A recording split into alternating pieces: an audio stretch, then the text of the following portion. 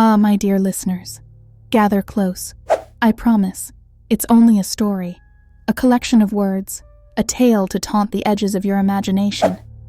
Tonight, we descend into the depths of the Ebon Embrace, a name that should tingle on your tongue with an uncomfortable familiarity.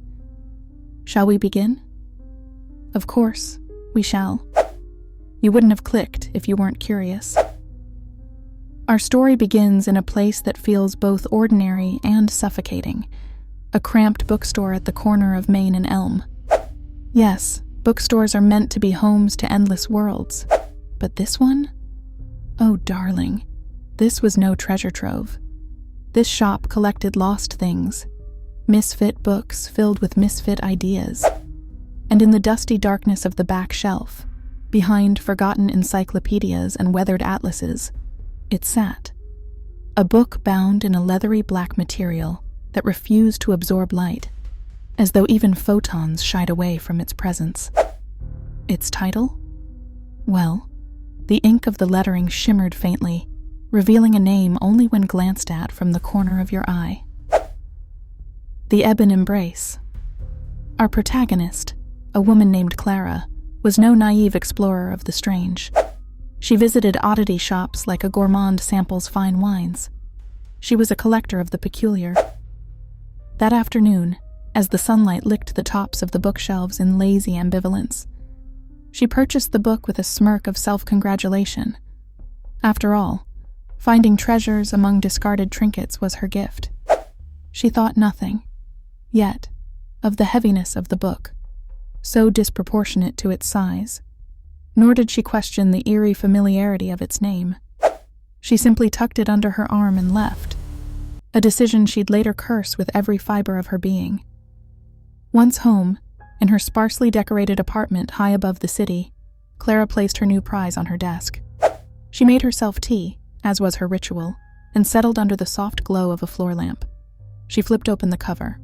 A prologue greeted her in that same glimmering ink, legible only at an angle. Darling, I'd describe the text for you, but here's the catch. The words read themselves into the minds of those staring upon them. A voice, foreign, deep and resonant, but undeniably kind. "Welcome, seeker," it whispered, but not to her ears. No, the voice pirouetted in the chambers of her skull, tapping into every dark recess of her curiosity. The book, as Clara soon discovered, didn't tell stories. It told truths. Truths you'd never demand even from your worst enemy. As her delicate fingers turned its unyielding pages, sensations began to crawl over her skin. The temperature in the room dipped impossibly low, and she saw her breath fogging the air.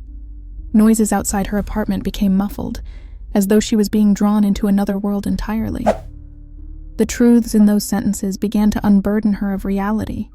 It told of dimensions layered atop our own, shapes crawling past us, into us, through us, but forever just outside conscious vision. Imagine, if you can, darling, discovering that the very air between you and the screen before you may indeed be occupied. With whom? By what? Well, we'll leave that for you to speculate. Night fell, plunging the apartment into darkness interrupted only by the glow of the streetlights outside, and those impish words still glowing faintly on the cover. Clara could have stopped reading, should have stopped reading. But don't we all continue when we know we shouldn't? Her eyes ached, hairline cracks forming in her understanding of reality itself. She began to see shadows across her periphery, but they weren't disconnected from their source. No, these shapes reached for her. No matter where she turned, the edges of the room warped with unnatural movement. The book knew her, you see. It had whispered her mistakes, her regrets, her unspoken fears back to her. And as the hours wore on, Clara began to sense she was never alone in the apartment to begin with. The strangest detail of all? When she finally, mercifully, slammed the book shut, the sensation of every invisible thread tethering her to sanity snapped. She had brought something forward, something that had been waiting just behind the thin fabric of her perception. And now, darling, in the moments that passed before the ending she secretly yearned for, she felt it. Her surroundings folded, and from the void emerged nothing. Not a person, not a shadow, but an absence itself. An anti-light she could feel before she could see it. The embrace of the Ebon presence, eternal and merciless, enveloped her. And in a final echoing thought, the words on the book's cover did not bring comprehension. They only ensured she left without even a whisper in her wake.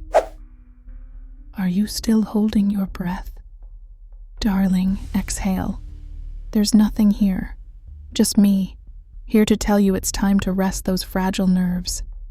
But think twice the next time something unseen beckons you to come closer.